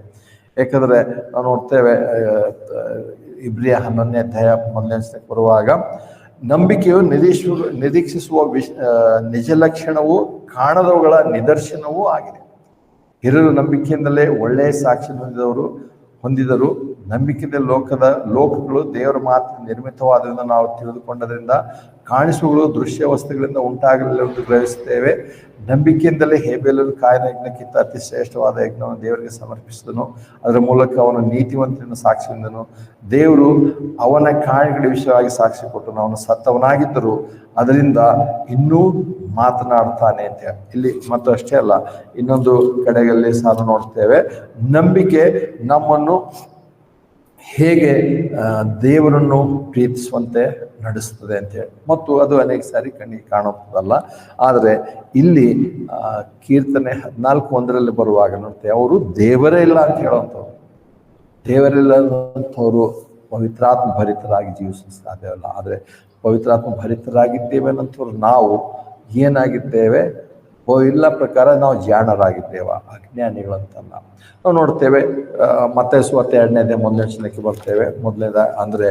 ಮೊದಲನೇದಾಗಿ ಅಲ್ಲಿ ಹೊಸ ಒಡಂಬಡಿಕೆಯಲ್ಲಿ ವಾಯ್ಸ್ ಅಥವಾ ಜ್ಞಾನಿ ಅಂತ ಹೇಳಿ ಬರ್ದಿರೋಂತ ನೋಡ್ತೇವೆ. ಅವ್ರ ಬಗ್ಗೆ ಬೇರೆ ಬೇರೆ ಅರ್ಥಗಳು ಹೇಳ್ತಾರೆ.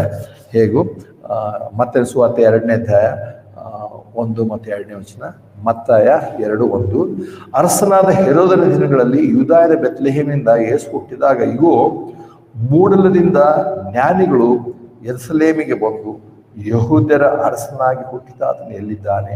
ಯಾಕಂದ್ರೆ ನಾವು ಮೂಡಲದಲ್ಲಿ ಆತನ ನಕ್ಷತ್ರ ನೋಡಿ ಆತನನ್ನು ಆರಾಧಿಸುವುದಕ್ಕೆ ಬಂದಿದ್ದೇವೆ ಅಂದರು ಎಂದಾಗಿ. ಎಲ್ಲ ನೋಡುವಾಗ ಇವರು ಕರ್ತನ ಅಂತ ಯೇಸು ಕ್ರಿಸ್ತನನ್ನು ಹುಡುಕೋದಕ್ಕೋಸ್ಕರ ಅವರನ್ನು ಜ್ಞಾನಿಗಳು ಅಂತ ಹೇಳಿದರು. ಇಲ್ಲಿ ಬೇರೆ ಏನಲ್ಲ. ಎಲ್ಲ ನೋಡ್ತೇವೆ. ಅವ್ರ ಬಗ್ಗೆ ಇಂಗ್ಲೀಷ್ನಲ್ಲಿ ಬೇರೆ ಬೇರೆ ಪದಗಳು ಹೇಳ್ತಾರೆ, ಅವ್ರ ಬಗ್ಗೆ ಬೇರೆ ಬೇರೆ ಕೊಡ್ತಾರೆ. ಆದರೆ ನಮ್ಗೆ ಸಿಂಪಲ್ ಆಗಿ ಇಂಗ್ಲೀಷ್ನಲ್ಲಿ ಕನ್ನಡದಲ್ಲಿ ಅವರಿಗೆ ಜ್ಞಾನಿಗಳು, ದೇವರು ಅವರನ್ನು ಜ್ಞಾನಿಗಳು ಅಂತ ಹೇಳ್ತಾರೆ.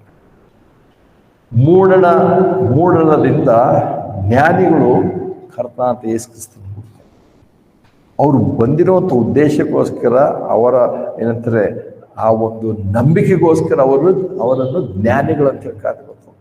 ಹಾಗಂತ ತಕ್ಷಣ ಅವರ ಪ್ರಯಾಣದಲ್ಲಿ ಅವ್ರು ಸೋತು ಹೋಗ್ಲಿಲ್ವಾ, ಬೇರೆ ಬೇರೆ ಪ್ರಾಬ್ಲಮ್ಗಳಾಗಲಿಲ್ವಾ? ಖಂಡಿತವಾಗ್ಲಾಯ್ತು. ಕೊನೆ ನೋಡ್ತೇವೆ ಅವ್ರು ಹೋಗ್ತಾ ಇರೋ ಹಾಗೆ ಕೊನೆಗೆ ಏನಂತಾರೆ ನೇರವಾಗಿ ಬೆತ್ಲೆಹೇಮು ಕೂಸು ಇರುವಂಥ ಸ್ಥಳಕ್ಕೆ ಅಥವಾ ಯೋಸೇಫ್ ಮರಿಯುವಂಥ ಸ್ಥಳಕ್ಕೆ ಅವ್ರು ನೇರವಾಗಿ ಹೋಗಲಿಲ್ಲ. ಅವ್ರ ಮಧ್ಯ ದಾರಿ ತಪ್ಪಿದವರಾಗಿ ನೋಡ್ತೇವೆ ಹೆರೋದನ ಬಳಿಗೂ ಹೋದರು. ಹೆರೋದನಿಗೆ ಆ ವಿಷಯ ತಿಳಿಸ್ಬೇಕಾಗಿಲ್ಲೋ ಗೊತ್ತಿಲ್ಲ, ಆದರೆ ಹೋಗಿ ಅಂತಾರೆ ರಹಸ್ಯವಾಗಿರುವಂಥ ಸಂಗತಿಯನ್ನು ತಿಳಿಸಿ ಮತ್ತೆ ನೋಡ್ತೇವೆ ಸುಮಾರು ಏನಂತಾರೆ ರಾಮದಲ್ಲಿ ಗೋಳಾಟವು ಕೇಳಿಸ್ತುವಂಥ ಪ್ರವಾದನೆ ನೆರವೇರುವುದಕ್ಕೆ ಕಾರಣರಾದರು. ಏನಂದ್ರೆ ಅಲ್ಲಿ ಹೋಗಿ ಕೂಸಿನ ಬಗ್ಗೆ ಅವರು ಹೆರೋದನಿಗೆ ತಿಳಿಸಿದ್ರು. ಯಹೂದ್ಯರ ಅರಸನು ಹುಟ್ಟುವಂಥದ್ದು ಎಲ್ಲಿ, ಆತನು ಸುಮ್ಮನೆ ಮಲಗಿಂತವನಿಗೆ ಎಬ್ಬಿಸಿ ಸಂಗತಿ ತಿಳಿಸಿದ್ರು. ಅವನು ನೋಡಿ ಕಾದು ಅವ್ರು ವಾಪಸ್ ಬರೆದಿರುವಾಗ ಈ ಸುಮಾರು 2 ವರ್ಷದ ಎಲ್ಲಾ ಗಂಡು ಮಕ್ಕಳನ್ನು ಅವರು ಸಾಯಿಸಿದ್ರು. ಇದು ಅವರ ಜ್ಞಾನವಂತರ ಲಕ್ಷಣವೇನಲ್ಲ. ಅಂದ್ರೆ ಅವರು ಮಾಡುವಂತ ಏನಂತಾರೆ ಅವರು ಮಾಡುವಂತ ಎಲ್ಲ ಕಾರ್ಯಗಳಿಗೋಸ್ಕರ ಜ್ಞಾನಿಗಳಂತ ಕರೀತಾರೆ. ಬದಲಾಗಿ ಅವರು ಯೇಸು ಕ್ರಿಸ್ತನ ಹುಡುಕಿಕೊಂಡು ಬಂದ್ರಲ್ಲ, ನಂಬಿಕೆ ಅಂತಲ್ಲ, ಅದಕ್ಕೆ ಅವರನ್ನು ಜ್ಞಾನಿಗಳಂತ ಹೇಳ್ತಾರೆ. ಅವಳು ಒಂದು ವೇಳೆ ಹೆರೋದನ ಬಳಿಗೆ ಹೋಗಿ ಅದೆಲ್ಲ ಹೇಳದಿದ್ರೆ ಅನೇಕ ಸಾವಿರಾರು ಗಂಡು ಮಕ್ಕಳು ಬಚಾವಾಗ್ತಾರೆ ಏನೋ ಗೊತ್ತಿಲ್ಲ. ಹೇಗೂ ದೇವರ ಏನಂತಾರೆ ಆಲೋಚನೆಯಲ್ಲಿ ಅದಕ್ಕೆಲ್ಲ ಬೇರೆ ಆತನ ಏನಂತಾರೆ ವಿವರಣೆ ಇರ್ಬೋದು, ನಮ್ಗೆ ಗೊತ್ತಿಲ್ಲ. ಆದರೆ ಇಲ್ಲಿ ಅವ್ರ ಬಗ್ಗೆ ನಮ್ಗೆ ಅವ್ರು ಏನೇನು ಜ್ಞಾನವಂತಿಕೆ ತೋರಿಸಿದ್ರು ನಮ್ಗೇನು ಗೊತ್ತಾಗ್ತಿಲ್ಲ, ಅಥವಾ ಇಲ್ಲಿ ಹೇಳಿಲ್ಲ, ವಿವರಣೆ ಮಾಡಿಲ್ಲ. ಆದರೆ ಒಂದೇ ಏನಂದ್ರೆ ಕರ್ತನಾದ ಅಥವಾ ಆತ್ಮಸ್ವರೂಪರಾದ ದೇವರು ಮನುಷ್ಯನಾಗಿ ಈ ದೇಹದಲ್ಲಿ ಆತನ ಈ ಲೋಕದಲ್ಲಿ ಕಾಣಿಸ್ಕೊಂಡಾಗ ಮೂಡಲ ದೇಶದಿಂದ ಆತನ ಹುಡುಕಿಕೊಂಡು ಬಂದು ಆರಾಧಿಸ್ಬೇಕಂತ ಹೇಳಿ ಬಂದ್ರಲ್ಲ, ಅದಕ್ಕೆ ಅವರನ್ನು ಜ್ಞಾನಿಗಳಂತ ಹೇಳ್ತಾರೆ. ಇದು ಮೊದಲನೇದಾದಂಥ ಜ್ಞಾನ. ಮತ್ತೆ ಎರಡನೇ ನೋಡ್ತೇವೆ, ಆ ಜ್ಞಾನ ಅಂದರೆ ರಕ್ಷಣೆ ಹೊಂದದೇ ಇರುವಂಥವರಿಗೆ ಅಜ್ಞಾನಿಗಳಂತ ಕರೀತಂತು. ಮತ್ತೆ ಸುವಾರ್ತೆ 25ನೇ ಅಧ್ಯಾಯ 2 ನೋಡ್ತೇವೆ.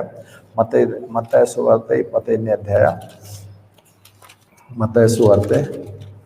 25ನೇ ಅಧ್ಯಾಯ 1-2 ನೋಡೋಣ.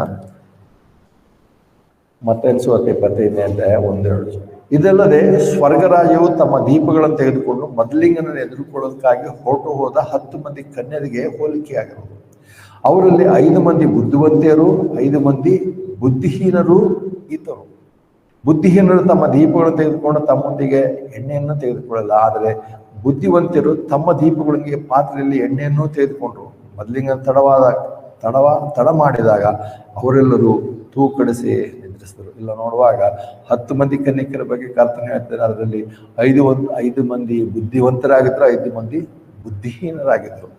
ಸೊ ಇಲ್ಲಿ ಕರ್ತನೆ ಹೇಳುವಂತ ಬುದ್ಧಿವಂತರು ಪವಿತ್ರಾತ್ಮ ಭರಿತರಾಗಿರುವುದಕ್ಕೆ ಸಾಧ್ಯತೆ ಉಂಟು. ಮತ್ತು ಪವಿತ್ರಾತ್ಮ ಭರಿತರಾಗಿದ್ದೇವೆ ಅನ್ನೋದಕ್ಕೆ ಹೇಗೆ ಗೊತ್ತಾಗುತ್ತೆ ಅಂದ್ರೆ ನಾವು ಈ ಬುದ್ಧಿವಂತರಂತೆ ಇರುವಂಥದ್ದು.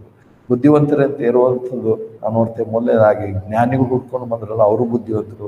ಎಡೆ ನೋಡುವಾಗ ಇವರು ಏನಂತಾರೆ ಎಣ್ಣೆಯನ್ನು ಮತ್ತು ದೀಪವನ್ನು ಅದರಲ್ಲಿ ಎಣ್ಣೆಯನ್ನು ತೆಗೆದುಕೊಂಡು ಹೋದರು. ಅದಕ್ಕೆ ಅವರು ಬುದ್ಧಿವಂತರು.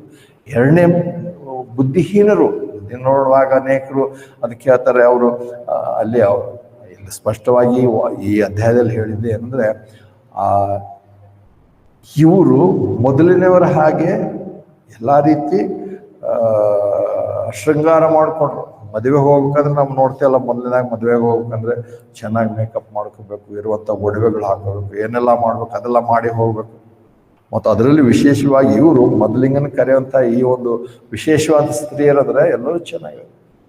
ಇಬ್ಬರಿಗೂ ಹೋಲಿಕೆ ಮಾಡುವಾಗ ಯಾವುದೂ ಕಡಿಮೆ ಇರಲಿಲ್ಲ, ಎಲ್ಲವೂ ಚೆನ್ನಾಗೇ. ಅದಕ್ಕೋಸ್ಕರ 10 ಮಂದಿಯನ್ನು ಆರಿಸಿ ಅವರನ್ನು ಅದಕ್ಕೋಸ್ಕರ ನೇಮಿಸಿ ಕಳಿಸಿದ್ರು. ಆದರೆ ದೇವರು ನೋಡುವಂಥದ್ದೇ ಒಂದಿತ್ತು, ಏನಂದರೆ ಅವರು ದೀಪ ಇತ್ತು, ಡ್ರೆಸ್ ಇತ್ತು, ಮೇಕಪ್ ಇತ್ತು, ಎಲ್ಲ ಇತ್ತು, ಆದರೆ ಅವರಲ್ಲಿ ಎಣ್ಣೆಯೇ ಇರಲಿಲ್ಲ. ಈ ವಾಕ್ಯ ತಗೊಂಡು ಅನೇಕರು ರಕ್ಷಣೆ ಕಳೆದು ಹೋಗುತ್ತೆ ಅನ್ನೋದಕ್ಕೆ ಈ ಸಾಮ್ಯ ಹೇಳ್ತಾ ಇರ್ತಾರೆ ಸುಮ್ಮನೆ. ಇವರು ರಕ್ಷಣೆನೂ ಹೊಂದಿಲ್ಲ, ಕಳೆದು ಹೋಗಿಲ್ಲ. ಅವ್ರು ಮೊದಲದಾಗಿ ರಕ್ಷಣೆ ಹೊಂದಿಲ್ಲ. ಅದನ್ನು ನೋಡುವಾಗ ಅಲ್ಲಿ ಚೆನ್ನಾಗಿ ಹೇಳ್ತಾರೆ 3ನೇ ವಚನದಲ್ಲಿ, 25ನೇ ಅಧ್ಯಾಯ 3ನೇ ವಚನ, ಬುದ್ಧಿಹೀನರು ತಮ್ಮ ದೀಪಗಳನ್ನು ತೆಗೆದುಕೊಂಡು ತಮ್ಮೊಂದಿಗೆ ಎಣ್ಣೆಯನ್ನು ತೆಗೆದುಕೊಳ್ಳಿಲ್ಲ, ಆದರೆ ಬುದ್ಧಿವಂತರು ತಮ್ಮ ದೀಪದೊಂದಿಗೆ ಪಾತ್ರೆಯಲ್ಲಿ ಎಣ್ಣೆಯನ್ನು ತೆಗೆದುಕೊಂಡರು. ಧೀರರು ಬುದ್ಧಿವಂತರಿಗಿರುವಂಥ ಲಕ್ಷಣ ಇಷ್ಟೇ. ಎಣ್ಣೆ ನೋಡ್ತೇವೆ ಸಾಮಾನ್ಯ ಬೈಬಲ್ ನೋಡುವಾಗ ಅಲ್ಲಲ್ಲಿ ನಾವು ನೋಡ್ತೇವೆ ಪವಿತ್ರ ಆತ್ಮನಿಗೆ ಹೋಲಿಕೆ ಆಗಿದೆ. ಪವಿತ್ರ ಆತ್ಮನಿಗೆ ಹೋಲಿಕೆ ಅಂತ ಹೇಳುವಾಗ ನಾವು ಕಳೆದ ಕೆಲವು ದಿವಸಗಳಿಂದ ನೋಡಿದೆ, ಪವಿತ್ರಾತ್ಮನನ್ನು ಸ್ವೀಕರಿಸ್ರಿ ಅಂತ ಹೇಳಿದಾಗ ಅಲ್ಲಿ ನೋಡ್ತೇವೆ ಅದು ರಕ್ಷಣೆಗೆ ಸಮವಾಗಿದೆ. ಸೊ ಪವಿತ್ರಾತ್ಮನ ಒಂದ್ಸರಿ ಹೊಂದಿದ ಮೇಲೆ ಅವ್ರು ರಕ್ಷಣೆ ಹೊಂದಿದ್ದಾರೆ, ಅದು ಕಳೆದು ಹೋಗುವಂಥ ಚಾನ್ಸ್ ಇಲ್ಲ. ಮತ್ತು ಅದ್ರ ಜೊತೆಯಲ್ಲಿ ಹೇಳ್ತಾರೆ ಮಲಗಿಕೊಳ್ಬಾರ್ದು. ಅವ್ರು ಮಲ್ಕೊಂಡ್ರು. ಮೊದಲಿಂಗನು ಬಂದಾಗ ಈ ಗುರು ಮಲ್ಕೊಂಡಿದ್ದಾರೆ, ಅದಕ್ಕೆ ಅಲ್ಲಿಗೆ ವಾಕ್ಯ ನಾವು ಸ್ಟಾಪ್ ಮಾಡಿದ್ದೇವೆ. ಈ ಗುರು ಮಲ್ಕೊಂಡಿದ್ರು. ಅದು ಇಲ್ಲಿ ಕೆಲವರು ಹೇಳೋಂಥದ್ದು ಮಲ್ಕೊಂಡೇ ಇರ್ಬೋದು, ಯಾವ ಹಗಲಿರುಳು ಕಣ್ಣು ಬಿಟ್ಕೊಂಡು ನೋಡ್ತಾನೆ ಇರಬೇಕು. ಅದು ಕೂಡ ಈ ವಾಕ್ಯ, ಈ ಸಾಮ್ಯ ಹೇಳ್ತಾ ಇಲ್ಲ, ದೇವ್ರ ವಾಕ್ಯನ ಕೂಡ ಹಾಗೆ ಹೇಳ್ತಾ ಇಲ್ಲ. ಮತ್ತು ನಾವು ನೋಡ್ತೇವೆ ರ್ಯಾಪ್ಚರ್ ಅನ್ನೋಂಥದ್ದು, ನಾವು ಬೈಬಲ್ ಸ್ಟಡಿಯಲ್ಲಿ ನೋಡಿದ್ದೇವೆ. ರ್ಯಾಪ್ಚರ್ ಅನ್ನೋದು ಒಂದು ರೀತಿ ಬೈ ಫೋರ್ಸ್ ಕಿತ್ಕೊಳ್ಳುವಂಥದ್ದು, ತೆಗೆದುಕೊಳ್ಳುವಂಥದ್ದು. ಈ ಲೋಕದಲ್ಲಿ ಅಡ್ಡಿಪಡಿಸುವಂತವನು ಇರುವವರೆಗೂ ಮತಭ್ರಷ್ಟನು ಸೈತಾನನು ಕಾಣಿಸ್ಕೊಳ್ಳಲ್ಲ. ಆ ಸೈತಾನನು ಏನಂತಾರೆ ನಮ್ಮನ್ನು ತಡೆಯೋದಕ್ಕೆ, ವಿಶ್ವಾಸನ ತಡೆಯೋದಕ್ಕೆ ಪ್ರಯತ್ನ ಮಾಡುವಂಥ ರೀತಿಯಲ್ಲಿರುವಾಗ ಅದರಿಂದ ದೇವರು ಬೈ ಫೋರ್ಸ್ ಆಗಿ ಬಲವನ್ನು ಉಪಯೋಗಿಸಿ ನಮ್ಮನ್ನು ತೆಗೆದುಕೊಳ್ತಾನೆ. ನಾವು ಮಲ್ಕೊಂಡಿದ್ದೆವು, ಎಚ್ಚರವಾಗಿದ್ದೆವು, ಇದರಲ್ಲಿದ್ದೆವು, ಅದರಲ್ಲೂ ಅಲ್ಲ. ದೀಪ ಉಂಟು, ಅದ್ರ ಜೊತೆಲಿ ಎಣ್ಣೆ ಉಂಟ. ರಕ್ಷಣೆ ಹೊಂದಿದ್ದೇವ, ರಕ್ಷಣೆ ಹೊಂದಿದ್ದೆ ಮಲಗಿದ್ದೇವೋ ಮಲಗಿಲ್ಲೋ ಗೊತ್ತಿಲ್ಲ. ಆದರೆ ನಾವು ರಕ್ಷಣೆ ಹೊಂದಿದ್ದೇ ಆದರೆ ಕರ್ತನಾದ ಯೇಸು ಕ್ರಿಸ್ತನ ಲೋಕದಿಂದ ಇದ್ದವರು ತಾನೇ ಇಲ್ಲಿಂದ ಅದನ್ನು ಕಿತ್ಕೊಳ್ತಾನೆ. ಏನಂತಾರೆ ಬೈ ಫೋರ್ಸ್ ಆತನ ಮೇಲಕ್ಕೆ ತೆಗೆದುಕೊಳ್ತಾನೆ. ವಾಕ್ಯ ಅದನ್ನು ಹೇಳುತ್ತೆ ಹೊರತು ನಮ್ಮ ಮೇಲೆ ಡಿಪೆಂಡ್ ಆಗಿಲ್ಲ. ನಾವು ಮಲ್ಕೊಂಡ್ರೆ ಹಿಂಗಾಗತ್ತೆ, ಅದಾಗತ್ತೆ, ಅಥವಾ ಹಿಂಗೆಲ್ಲ ಮಾಡಿದ್ರೆ ರಕ್ಷಣೆ ಕಳೆದೋಗುತ್ತೆ. ಆ ಸಾಮ್ಯ ಅನ್ನೋದೇ ಹೇಳ್ತಾರೆ. ಅಂದರೆ ಇಲ್ಲಿ ಬುದ್ಧಿವಂತರಿಗೂ ಬುದ್ಧಿಹೀನರಿಗಿರುವಂಥ ಲಕ್ಷಣ, ಇವರು ರಕ್ಷಣೆನೇ ಹೊಂದಿಲ್ಲ. ದೀಪ ಉಂಟು, ಡ್ರೆಸ್ ಉಂಟು, ಪ್ರತಿಯೊಂದು ಉಂಟು, ಆದರೆ ರಕ್ಷಣೆ. ಇವತ್ತು ಅನೇಕ ಕ್ರಿಸ್ತ ವಿಶ್ವಾಸಿಗಳು, ಅನೇಕ ಚರ್ಚ್ನವ್ರಿಗೆ ಏನಾಗಿದೆ ಅಂದರೆ ಎಲ್ಲವೂ ಧಾರ್ಮಿಕವಾಗಿ ಭಾಳ ಚೆನ್ನಾಗಿ ಮಾಡ್ತಾರೆ. ಅವರು ಚರ್ಚ್ಗೆ ಹೋಗುವಂಥದ್ದಾಗಲಿ, ಏನಂತಾರೆ ಚರ್ಚ್ನ ಕಾರ್ಯಕ್ರಮಗಳಲ್ಲಿ ಭಾಗವಹಿಸುವಂಥದ್ದು, ಕ್ರಿಸ್ಮಸ್ ಅಥವಾ 40 ದಿವಸ ಉಪವಾಸ ಮಾಡೋವಂಥದ್ದು, ಗುಡ್ ಫ್ರೈಡೆ, ಇದು ಅದು ಎಲ್ಲ ಧಾರ್ಮಿಕವಾದಂಥ ಎಲ್ಲ ಕಾರ್ಯಗಳು ಭಾಳ ನಂಬಿಕೆಯಿಂದ ಶ್ರದ್ಧೆಯಿಂದ ಮಾಡ್ಕೊಂಡು ಬರ್ತಾ ಇರ್ತಾರೆ. ಅವ್ರಿಗೆ ಅದೇ ನಂಬಿಕೆ ಎಲ್ಲ. ನಾವೆಲ್ಲ ಏನಂತಾರೆ ದೇವ್ರು ನಮ್ಮನ್ನು ಮೆಚ್ಕೊಂಡಿದ್ದಾನೆ. ಪ್ರಾರ್ಥನೆ ಕೂಡ ಚೆನ್ನಾಗಿ ಮಾಡ್ತಾರೆ, ಎಲ್ಲ ಮಾಡ್ತಾರೆ. ಜೊತೆಯಲ್ಲಿ ಒಂದು ಫೋಟೋ ಇಟ್ಕೊಂಡಿರ್ತಾರೆ, ಯಾವುದೋ ಒಂದು ಆರ್ಟಿಸ್ಟ್ ಫೋಟೋ ಇಟ್ಕೊಂಡು ನಂಬಿರ್ತಾರೆ, ಇವನೇ ಯೇಸು ಅಂತೇಳಿ.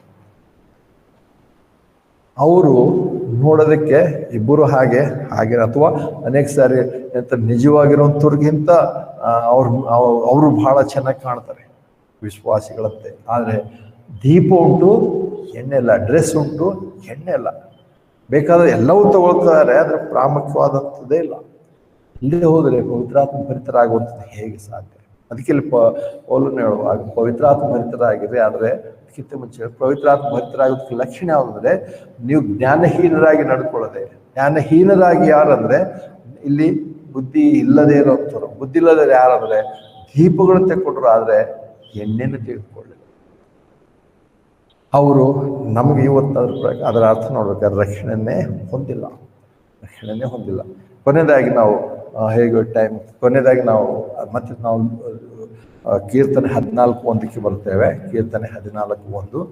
ಯಾಕಂದರೆ ನಮಗೆ ಗೊತ್ತುಂಟು ಜ್ಞಾನಿಗಳು ಬುದ್ಧಿಹೀನರು ಹಾಗೆ ಮಾಡ್ತಾರೆ. ಕೀರ್ತನೆ 14:1 ದೇವರಿಲ್ಲವೆಂದು ಮೂರ್ಖನು ತನ್ನ ಹೃದಯದಲ್ಲಿ ಹೇಳಿಕೊಂಡಿದ್ದಾನೆ. ಅಂದ ತಕ್ಷಣ ಮೂರ್ಖರು ಹಾಗೇನೆ ದೇವರಿಲ್ಲ ಅಂತ ಹೇಳ್ತಾರೆ. ಆದರೆ ನಾವು ಈ ಒಂದು ಬೋಧನೆ ಅನೇಕ ತಿಂಗಳು ವರ್ಷಗಳಿಂದ ನೋಡಿದ್ದೇವೆ.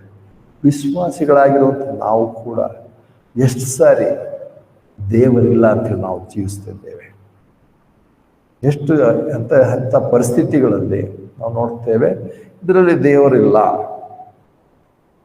ಈ ಒಂದು ಕಾರ್ಯ ಆಗಿದೆ, ಇದ್ರಲ್ಲಿ ದೇವರು ಏನು ಮಾಡ್ತಾನೆ ನಾವು ಪ್ರಶ್ನೆ ಮಾಡ್ತೇವೆ. ನಮಗೆ ಇದು ಜ್ಞಾನ ಇರಬೇಕಾಗಿತ್ತು, ನಮಗೆ ಬುದ್ಧಿ ಇರಬೇಕಾಗಿತ್ತು, ನಮಗೆ ಇಂಥದ್ದು ಮಾಡಿದ್ರೆ ಅಂದರೆ ಪ್ರಾರ್ಥನೆ ಮಾಡುವಂಥ ಅವಶ್ಯಕತೆ ಇದೆ. ಇವಾಗ ಪ್ರಾರ್ಥನೆ ಮಾಡಿದ್ರೆ ದೇವ್ರು ಕೇಳ್ತಾನ?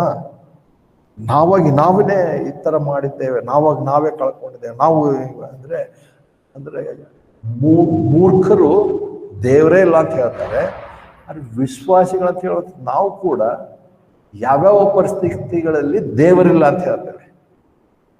ಇನ್ನೇನು ಏನೂ ಇಲ್ಲ, ಏನೂ ಆಗಲ್ಲ, ದೇವರಿಲ್ಲ. ಸತ್ತು ಹೋದಂಥ ಲಾಜರನ ಬಗ್ಗೆ ಯೋಹಾನ ಸುವಾರ್ತೆ 11ನೇದಲ್ಲಿ ನೋಡ್ತೇವೆ. ಅಲ್ಲಿ ಏನಂತಾರೆ, ಒಂದು ಸಹೋದರಿ ಇನ್ನೊಂದು ಸಹೋದರಿಗಿರುವಂಥ ವ್ಯತ್ಯಾಸ ಅಲ್ಲೇ ನೋಡ್ತೇವೆ. ಒಂದು ಸಹೋದರಿ ಆದರೂ ಭಾಳ ಕರ್ತನ ಬಂದಾಗ ಭಾಳ ಬಿಸಿ ಇದ್ದಳು, ಯಾವಾಗಲೂ ಏನಂತಾರೆ ಅಡಿಗೆ ಅಥವಾ ಅದು ಕ್ಲೀನಿಂಗು, ಇದು ಮಾಡು, ಅತಿಥಿ ಸತ್ಕಾರ ಏನು ಮಾಡಬೇಕು ಎಲ್ಲದರಲ್ಲಿ ಬಿಸಿದ್ದಳು. ಮತ್ತು ನೋಡ್ತೇವೆ ತನ್ನ ಸಿಸ್ಟರ್ ಬಗ್ಗೆ ಕೂಡ ಕರ್ತನಿಗೆ ಕಂಪ್ಲೇಂಟ್ ಮಾಡಿದಾರೆ, ನೋಡು ನಾನು ಎಷ್ಟು ಕೆಲಸ ಮಾಡ್ತೇನೆ, ಏನೇನು ಮಾಡ್ತಿದ್ದೇನೆ, ಅದೇ ಇವಳು ಬರೀ ನಿನ್ನ ಪಾದ ಬಳಿಯಲ್ಲಿ ಕೂತ್ಕೊಂಡಿದ್ದಾಳೆ, ಎದ್ದು ಸ್ವಲ್ಪ ಕೆಲಸ ಮಾಡು ಅಂತ ಹೇಳೋದು. ಮತ್ತು ಕೊನೆಗೆ ನೋಡ್ತೇವೆ ಆಕೆ ಹೇಳುವಂಥದ್ದು, ಆತನು ಕರ್ತನೆ ನೀನು ಒಂದು ವೇಳೆ ಇಲ್ಲಿದ್ರೆ ನನ್ನ ತಮ್ಮ ಸತ್ತು ಹೋಗ್ತಾನೆ ಇರಲಿಲ್ಲ. ಮತ್ತು ಕೊನೆ ನೋಡ್ತೇವೆ ಆತನನ್ನು ಎಲ್ಲಿ ಹೂಣಿಟ್ಟಿದಾರ ಕರ್ಕೊಂಡು ನಡೀರಿ ಅಲ್ಲಿಗೆ ಹೋದಾಗ ಆತೇವೆ, ಕರ್ತನೆ ಇವಾಗ 4 ದಿವಸಗಳಾಗುತ್ತೆ, ಸತ್ತಿನ ಏನಂದ್ರೆ ನಾರ್ತಾ ಇರುತ್ತೆ, ಅದಕ್ಕೆ ಬೇಡ. ಅಂದರೆ ಇಲ್ಲಿ ಅವಳು ನೇರವಾಗಿ ಕರ್ತನಿಗೆ ಹೇಳ್ತಿದ್ದಾನೆ, ನೀನು ಏನು ಮಾಡೋಕ್ಕೆ ಸಾಧ್ಯ ಇಲ್ಲ, ನೀನು ನನ್ನ ಜೊತೆನೇ ಇದ್ದೀನಿ, ನೀನೆಲ್ಲ ಇದ್ದರೆ ನೀನು ದೇವರಲ್ಲ, ನೀನೇನು ಮಾಡಲ್ಲ. ನಾವು ಅಂದರೆ ಕ್ರಿಸ್ತ ವಿಶ್ವಾಸಿಗಳಾಗಿ ಮೊದಲೇ ಕೀರ್ತನೆ 14 ಮೊದಲನೇ ವಚನ ಅದು ನೇರವಾಗಿ ಹೋದಾಗಂತೆ, ಓ ಮೂರ್ಖರು ಹಾಗೆ ಮಾಡ್ತಾರೆ. ಆದರೆ ವಿಶ್ವಾಸಿಗಳಾಗಿರುವಂಥ ನಾವು ಪವಿತ್ರಾತ್ಮ ಭರಿತರಾಗದಿರುವಾಗ, ಅದು ಪವಿತ್ರಾತ್ಮ ಭರಿತರು ಅಂತ ಹೇಳಿದ್ರೆ ನಾವು ಎಲ್ಲ ಕ್ಷಣದಲ್ಲೂ ಮುಗಿದೋಯ್ತಿಲ್ಲ, 4 ದಿವಸ ಆಗಿದೆ, ಸತ್ತವನು ಎದ್ದು ಬರೋಕ್ಕೆ ಸಾಧ್ಯನೇ ಇಲ್ಲ ಅಂತ ಹೇಳಿ ನಾವು ನಂಬಿದರೆ ನಾವು ಕೂಡ ದೇವರು ಇಲ್ಲ ಅಂತ ಹೇಳ್ತೇವೆ, ನಾವು ಮೂರ್ಖರಾಗಿದ್ದೇವೆ. ಪವಿತ್ರಾತ್ಮ ಭರಿತರಾಗಿರುತ್ತೆ ಅಂದರೆ ದೇವರಿಗೆ ಅಸಾಧ್ಯವಾದದ್ದು ಯಾವುದಿಲ್ಲ. ದೇವರಿಗೆ ಸಮಯ ಅನ್ನುವಂಥದ್ದು ಕೂಡ, ಸಮಯದ ಮಿತಿಗೆ ಕೂಡ ಅದನ್ನು ಒಳಗಾದಂಥವನಲ್ಲ. 4 ದಿವಸ ಆಗಲಿ, 5 ದಿವಸ ಆಗಲಿ, 6 ದಿವಸ ಆಗಲಿ ಪರವಾಗಿಲ್ಲ. ನಮ್ಮ ದೇವರಿಗೆ ಆತನ ಸಮಯದಲ್ಲಿ ಆತನು ಒಳ್ಳೆಯದನ್ನು ಮಾಡಲು ಶಕ್ತನಾಗಿದ್ದಾನೆ. ಆತನನ್ನು ನಾವು ಮಿತಿಗೊಳಪಡಿಸುವಂಥದ್ದು, ಕ್ರಿಸ್ತ ವಿಶ್ವಾಸಿಗಳು ಮಿತಿಗೊಳಪಡಿಸುವಾಗ ಮೂರ್ಖರಂತೆ ನಾವು ಕೂಡ ದೇವರಿಲ್ಲ ಅಂತ ಹೇಳ್ತಿದ್ದೇವೆ. ಏನಂದರೆ ಈ ಪರಿಸ್ಥಿತಿಯಲ್ಲಿ ದೇವರಿಲ್ಲ, ಇಂಥ ಒಂದು ಏನಂತಾರೆ ಸ್ಥಳದಲ್ಲಿ ದೇವರಿಲ್ಲ, ಇಂಥ ಒಂದು ಸಮಸ್ಯೆಯಲ್ಲಿ ದೇವರಿಲ್ಲ. ಎಲ್ಲಿ ದೇವರು ಇದ್ದಾನೆ? ಹಾಗಿದ್ರೆ ನಮಗೆ ನಮ್ಮಷ್ಟಕ್ಕೆ ನಾವೇ ಏನೋ ಮಾಡಿದರೆ ಇಂದ್ರಲ್ಲಿ ದೇವರಿರ್ತಾನೆ, ಇದರಲ್ಲಿ ದೇವರಿರ್ತಾನೆ, ಇದ್ರಲ್ಲಿ ದೇವರಿಲ್ಲ. ಇಲ್ಲ, ಎಲ್ಲದರಲ್ಲೂ ದೇವರಿದ್ದಾನೆ, ಎಲ್ಲ ಕಡೆಯಲ್ಲೇ ದೇವರಿದ್ದಾನೆ. ಮತ್ತು ಅಷ್ಟೇ ಅಲ್ಲ, ನಾನು ಎಂಥ ಒಳ್ಳೆ ಕೆಲಸ ಮಾಡಲಿ, ಕೆಟ್ಟ ಕೆಲಸ ಮಾಡಿದ್ರು ದೇವರಿದ್ದಾನೆ. ಅದಕ್ಕೆ ನಾವು ನೋಡ್ತೇವಲ್ಲ, ಅದನ್ನೇ ನಾವು ನೋಡಿದ್ದು. ಏನಂತಾರೆ, ದೇವರು ನಿಮ್ಮ ದೇಹವನ್ನು ಆತನ ಆಲಯವನ್ನು ಆಗಿ ಮಾಡಿಕೊಂಡ ನಿಮ್ಗೆ ಗೊತ್ತಿಲ್ವೋ? 1 ಕೊರಿಂಥದಲ್ಲಿ ಅಂಥ ವಿಶ್ವಾಸಿಗಳಿಗೆ ಫೋನ್ ಹೇಳ್ತಿರುವಂಥದ್ದು. ಅದಕ್ಕೆ ಅಲ್ಲಿಂದ ಹೇಳ್ತಾನೆ, ನಮ್ಮ ದೇಹವನ್ನು ದೇವರು ಆತನ ಆಲಯವನ್ನು ಆಗಿ ಮಾಡ್ಕೊಂಡಿದ್ದಾನೆ. ನಾವು ಹಗಲಿರುಳು ಯಾವಾಗಲೂ ಅಷ್ಟೇ ಏನಂತಾರೆ ನಂಬಿಗಸ್ತಿಕೆಯಿಂದ, ವಿಧೇಯತೆಯಿಂದ ಎಲ್ಲ ರೀತಿಯಿಂದ ನಾವು ಜೀವಿಸ್ಲಿಕ್ಕಿಲ್ಲಕ್ಕಿಲ್ಲ. ಆಗ ತಕ್ಷಣ ವಿಧೇಯತೆ ಇದ್ದಾಗ, ತಪ್ಪು ಮಾಡಿದ ಕ್ಷಣ ಪವಿತ್ರಾತ್ಮ ಬಿಟ್ಟು ದೂರ ಹೋಗಿ ಎಲ್ಲೋ ಮರದ ಮೇಲೆ ಕೂತ್ಕೊಂಡ ಅಲ್ಲ. ದೇವರ ವಾಕ್ಯ ಹೇಳ್ತೆ, ನಮ್ಮನ್ನು ದೇವನ ಆಲಯವನ್ನ ಮಾಡಿಕೊಟ್ಟಿದ್ದಾನೆ. ಅಷ್ಟು ವಾಕ್ಯ ಅಷ್ಟು ನಮ್ಮ ಅಂತ ಹೇಳಿದೆ. ಯಾವ ಹೋಗ್ತಾನೆ ಯಾವ ಬರ್ತಾನೆ ಇಲ್ವೇ ಇಲ್ಲ, ಆತ ನಮ್ಮೊಂದಿಗಿರ್ತಾನೆ, ದೇವರ ವಾಕ್ಯ ಹೇಳಿದೆ. ಹಾಗಿರುವಾಗ ನಾವು ಯಾಕೆ ಆತನನ್ನು ಮಿತಿಗೊಳಪಡಿಸೋಣ? ನಾವು ಮಾಡೋಂಥದ್ದೇ ಇಂಥ ಪರಿಸ್ಥಿತಿಯಲ್ಲಿ ಈಗ ಪ್ರೇಯರ್ ಮಾಡೋಂಥದ್ದು ಬೇಡ. ಅದು ಪ್ರೇಯರ್ ಮಾಡೋಂಥದ್ದು ಯಾವಾಗ? ಅನೇಕ ಸಾರಿ ಎಲ್ಲ ಪ್ರಯತ್ನ ಮಾಡಿದ ಮೇಲೆ ನಾವು ನೋಡ್ತೇವೆ, ಡಾಕ್ಟ್ರು ಹೋಗೋದು ಎಲ್ಲ ಬೇಕಾಗತ್ತೆ, ಎಲ್ಲ ಪ್ರಯತ್ನ ಮಾಡಿದ್ಮೇಲೆ ಅನೇಕ ಸಾರಿ ರೋಗಿಗಳ ಬಗ್ಗೆ ಪ್ರಾರ್ಥನೆ ಮಾಡೋಂಥದ್ದು ಯಾವಾಗಲೂ ಕೊನೆಗೆ ಅದಕ್ಕೆ ಬರ್ತಾರೆ, ಇವನು ಡಾಕ್ಟರ್ ಕೂಡ ಹೇಳ್ತಾರೆ, ಇವಾಗ ನಮ್ಮ ಎಲ್ಲ ಪ್ರಯತ್ನ ಮುಗಿತ್ತು, ಏನಾದ್ರು ನೀವು ಇದ್ರೆ ದೇವ್ರಿಗೆ ಪ್ರೇಯರ್ ಮಾಡ್ರಿ ಅಂತ ಹೇಳ್ತಾರೆ. ಹೇಳಿದ ತಕ್ಷಣ ಎಲ್ಲರಿಗೆ ಮೊಬೈಲಲ್ಲಿ ಮೆಸೇಜ್ ಆಗ್ತದೆ, ಇಂಥವ್ರು ಭಾಳ ಕ್ರಿಟಿಕಲ್ ಕಂಡೀಷನ್ ಇದ್ದಾರೆ, ದಯವಿಟ್ಟು ಇವ್ರಿಗೋಸ್ಕರ ಪ್ರಾರ್ಥನೆ ಮಾಡಿರಿ. ಅಲ್ಲ, ಅಲ್ಲಿವರೆಗೂ ದೇವ್ರಿರ್ಲಿಲ್ವ? ಮೊದಲೇ ಪ್ರಾರ್ಥನೆ ಮಾಡ್ಬೇಕಾಗಿ ಎಲ್ಲ ಮುಗಿದ ಮೇಲೆ ಮಾಡುವಂಥ ಎಲ್ಲ ಪ್ರಯತ್ನ ಮಾಡಿದ ಮೇಲೆ ಕೊನೆಗೆ ಇವಾಗ ಪ್ರಾರ್ಥನೆ ಮಾಡೋಣ ಅನ್ನುವಂಥವ್ರು ಕೆಲವರುಂಟು. ಇನ್ನು ಕೆಲವರಂತೂ ಇದರಲ್ಲಿ ದೇವರು ಏನು ಮಾಡಲ್ಲ, ಯಾಕಂದ್ರೆ ದೇವರು ಇದರಲ್ಲಿಲ್ಲ ಅನ್ನುವಂಥವ್ರು ಕೂಡ ಉಂಟು. ಹಾಗೆ ಇರುವಂಥವ್ರು ದೇವರ ಆತ್ಮ ಏನಂತ ಪವಿತ್ರಾತ್ಮ ಭರಿತರಾಗಿಲ್ಲ, ಪವಿತ್ರಾತ್ಮ ಭರಿತರಾಗೋದಕ್ಕೆ ಸಾಧ್ಯ. ಬದಲಾಗಿ ನಮ್ಮ ದೇವರು ಸದಾ ಎಲ್ಲ ಪರಿಸ್ಥಿತಿಯಲ್ಲಿ, ಎಲ್ಲ ಸಮಯದಲ್ಲಿಯೂ ಆತನು ಜೀವಂತವಾಗಿದ್ದಾನೆ. ಆತನ ಎಲ್ಲ ಸಮಯದಲ್ಲಿ ಏನಾದರೂ ಎಲ್ಲವನ್ನೂ ಆತನು ಮಾಡಲು ಶಕ್ತನಾಗಿದ್ದಾನೆ. ಆತನನ್ನು ಇಲ್ಲವಂತ ಹೇಳಿ ನಾವು ಮೂರ್ಖರಾಗುವಂಥದ್ದು ಬೇಡ. ಅದಕ್ಕೋಸ್ಕರ ಈ ಒಂದು ಭಾಗ ಮುಂದುವರಿಯುತ್ತೆ. ಇವತ್ತು ಇಷ್ಟಕ್ಕೆ ನಿಲ್ಲಿಸೋಣ.